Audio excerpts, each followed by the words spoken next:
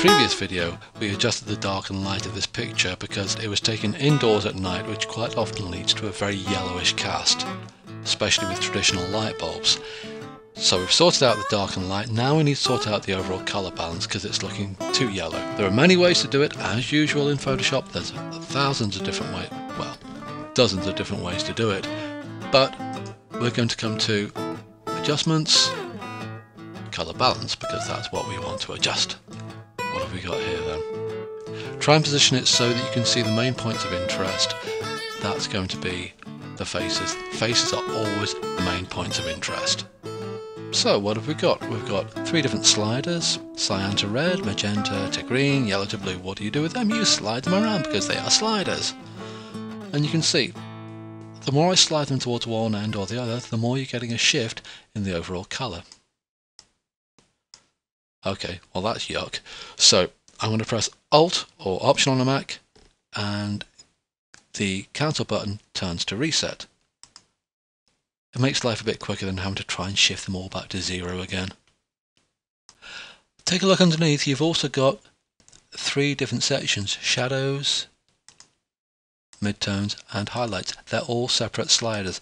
Now a very common mistake with this is that people only concentrate on, say, the midtones because it's the default one selected, and they forget about the shadows and the highlights. In general, work on the midtones first, then sort out the shadows and the highlights afterwards. So we're in midtones now, and overall it was looking too yellow. So let's take some yellow out by moving towards the blue. Yeah, and already you can start to see it's looking a bit better.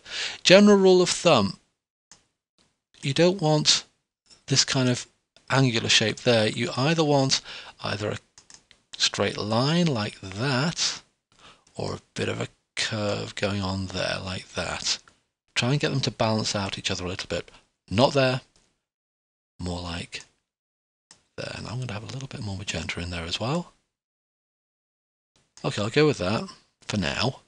Take a look at the highlights. Again, I could do with a little bit more yellow out of that. I'm making a bit more blue in there. I'm making it cooler. Now here's another little bit of colour theory. If you do the highlights in cold colours, take the shadows, make them warmer. Do the opposites. Let's take a look at the shadows. I said make them warmer, maybe a little bit more red in there. Yeah, that's immediately making the skin tones more natural. Just a little bit as well. The other thing as well, nudge these sliders around, okay? Don't do big movements like this, you're going to get all kinds of weird effects. You can do that just to get an overall feel of what it is you're doing, but when you come to making your proper adjustments, less is more. Alright, now I'm working pretty fast with this because, well, we want a fast video. Click on OK with that. Let's compare that with what I had just before. Looking rather yellow. Looking a bit more natural here. Let's compare that with what we had to start out with, the original photograph. And I can do that because both my different adjustment layers are inside a folder called Fix. If I make the Fix folder invisible, there's the original, there's the adjusted.